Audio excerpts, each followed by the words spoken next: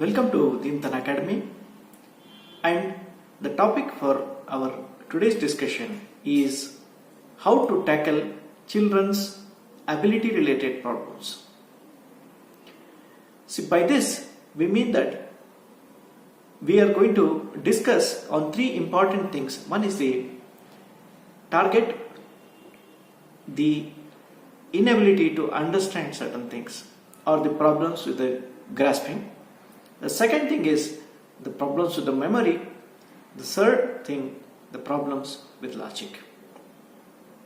The first part is the grasping problems or the inability to understand something whenever we teach something to the children.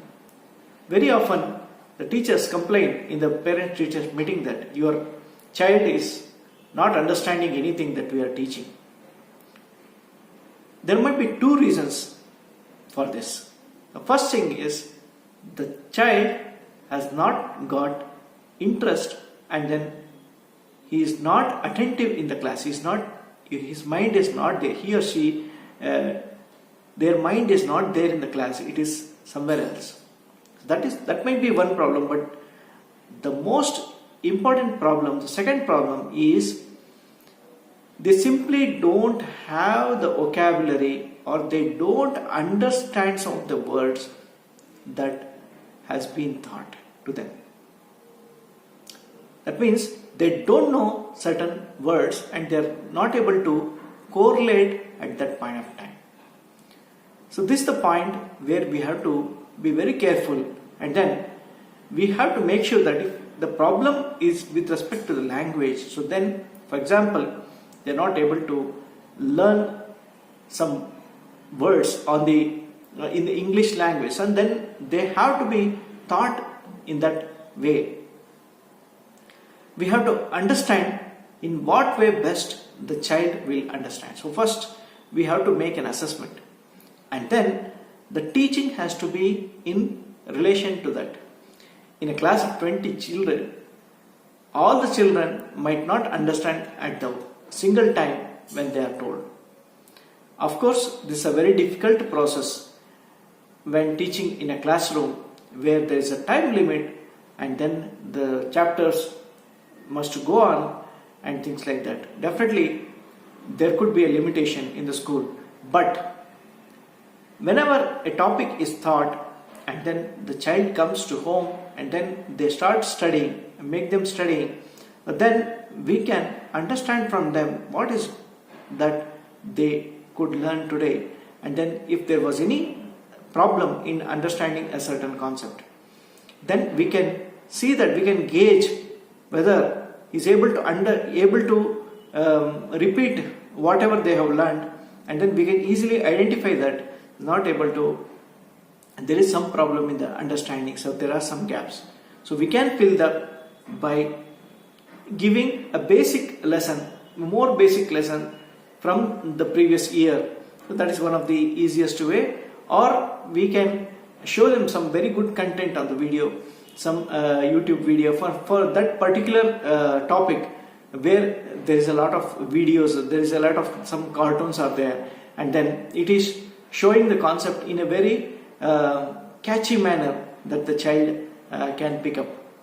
And more than watching a video, better give them some very easy books, good books that have been written in a very simple language, and then they are able to read that. More often, just tell me whether you are able to remember the teacher who taught us in a very strict way. Do we remember those type of teachers, or do we remember teachers who are who taught us in a very pleasant way, and then they could make us visualize the teaching? So there was no teacher, there was no student. The concept that the teacher was telling, we were so absorbed in that, and then we are completely focused. So this kind of motivation, this kind of a teaching, whoever has given us, definitely we remember for the complete lifetime, because as a children the memory is so vivid that we remember all those things which are very pleasant, and then where we liked the teacher and we were just waiting to get the period of that particular teacher to learn. So definitely this is the second type of the teacher that we remember the most. Please, you can recall for yourself those type of great teachers who have motivated to us. So this is one thing. We move to the second point where we have the problems in the child is related to the memory. See, most of all of us are given with the same ability. The brain is the same, and it has been proven that there is no such thing in the brain like makes one person super efficient photo memory and other person something like that. There is no actual difference unless there is some medical condition. So where there is some problem, the memory capabilities are same for almost all the children. Whenever the child is complaining that he has a very poor, weak memory, and this should not be taken as an excuse. Why I am saying this is memory depends on two important factors. The first thing is visual imagination or interpretation of what the child is hearing. Second thing, or in a very short form, if I want to say, like, are they able to visualize some picture for whatever they have been told? So that is the point number one that has to be remembered. Second thing is lack of daily repetition. If they are not repeating what they have learned, so then definitely memory is not going to improve. Coming to the first point, visual interpretation. See, the memory works on not based on the words, but works based on the pictures. So whenever we are being taught with something, so then are we able to form a picture in our mind? I'm able to associate with some phenomena that I've seen in the outside world that is related to what is being taught to me. So that is what is going to determine the most important thing. The second thing is, are we repeating it on a daily basis? Whether that concept we have learned, are we repeating it? Because memory is again dependent on the number of repetitions we are doing. The more number of times we are repeating, the more number of chance is likely to remember. So it's a very important thing. Please don't take an excuse from the children that they have a very low memory. There might be a disguise. There might be two important problems. One thing is they don't have the interest and they are not able to pick up the words and convert it to the pictures in their mind, or they are not giving attention in the class or to whoever is teaching them. So they are not able to put their concentration and then visualize or interpret whatever has been taught in kind of a picture or a video in their mind, unless that and translate again them to the words. So that is the one important thing. If they have to translate those things, those ideas which they are getting it into the words, then they have to have a kind of a repetition mechanism. Today I have studied, but then after 2 days again I'm going to revise whatever I have learned. So these things are very, very important. So the thing is, the first time when they are doing, they don't have interest, and the second time when they are repeating, at first place they have not understood, and then they are not making even an attempt to learn that concept. So poor memory is associated with the lack of these two things. One is interest, second thing is repetition. Next, moving to the next particular topic is the logical problem, logical ability of the child. See, whenever it's easy, like for example, we say that okay, this plus this equal to this. Most often you give the same problem to the child with a changed number, they are not able to solve it. We often see that maths is either the most interesting subject for some children, and it is for most of the children very, very difficult subject. We often see this particular difference and the extremes. The children who are good in mathematics, they don't score in other subjects because their logical ability, reasoning is very much high, and then they don't just hate other subjects and writing complete theory sentences together. They don't like it. So they just want to solve a problem that gives them a great satisfaction to reason it out, and then the percentage of such children is very, very less. Maybe we can say that it's a God gift, but for most of the other children, the maths is the most difficult subject, the most worrisome subject. We have to understand why. See, basically there is no such thing in the mind that okay, the logical reasoning is less or something. That if we are going to train the mind in a particular fashion, then it is definitely going to be easy for building our logic. The first important thing is pattern. Why I am saying pattern is, the mathematical problems are often a pattern based. For example, in a word problem, A, B, C are there, and then you have to solve D. So you have to get the result as D. Sometimes A and B is given and C is not given. C will be dependent either on A and B, or sometimes B and C is given and A is not given. So A has to be determined likewise. So we have to understand the pattern based problems. So how can this be possible?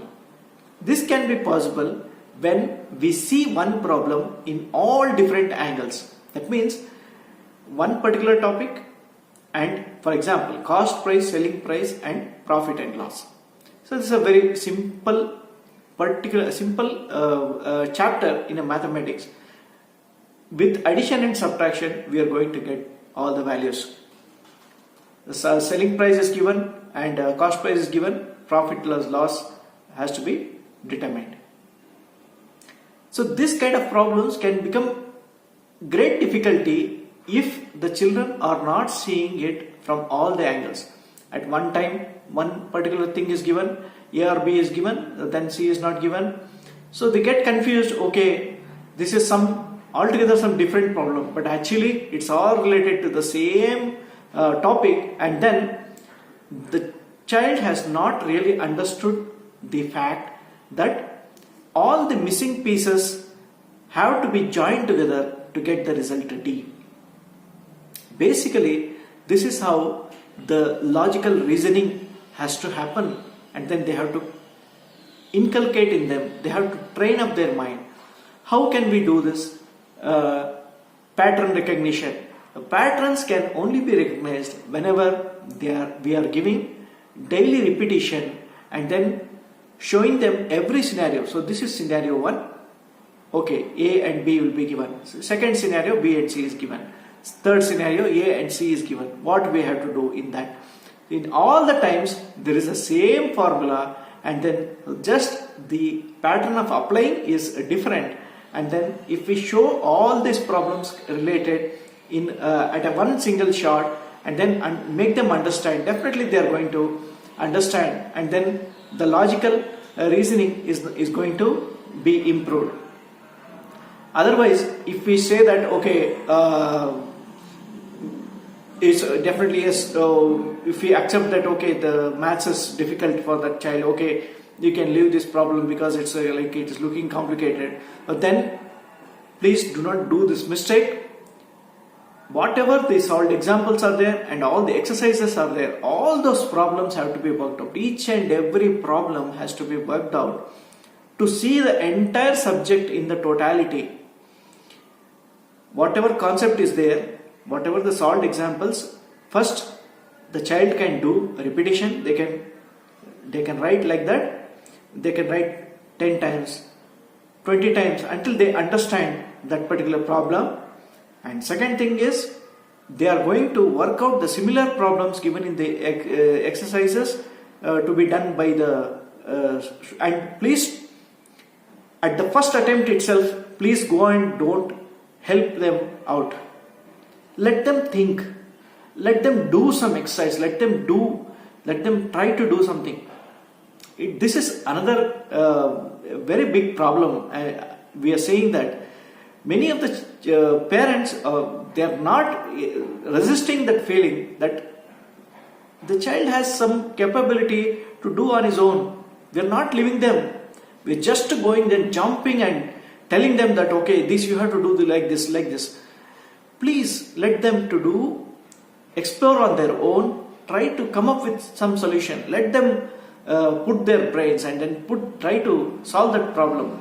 Then when all the they have exhausted everything and they have come to a verge where they are completely they don't know how to proceed, only then give them one single hint to solve the problem. That will help them, give them a push and to see what is that they have left out, and then they pick up that and complete this solution. So logical reasoning, please remember that it is always not a God gift. Yes, sometimes it might be very God gift and the children are gifted with the ability of logical reasoning, and the mathematics is their favorite subject, and they are they are a genius. Everyone can become a genius. Please remember that every child is a genius, and they can increase their ability of understanding and memorizing and also identifying the patterns and solving the problems on their own and building the logical reasoning skills. Definitely these all things could be improved whenever we are working on the children on a daily basis. The children start to work upon themselves. Please remember that. Not only that you have to go and spoon feed the children and make them, we have to give them the task and leave them and then let them come back and show us the result. So that is what we have to facilitate them, and they are going to do it on their own. Whenever there is some end where they want to get something, then give them this kind of a problems. Tell them to solve this kind of problems. And then they have to come, and then they will get the ability to buy the thing what they want. See how the change is going to happen, and then how they are going to perform. So with this, I am coming to the end of this particular session. I hope this was useful to you. Thank you so much. We'll see in the next video. Please stay tuned to Deepthana Academy. Signing off with love, Narasimha Prasad.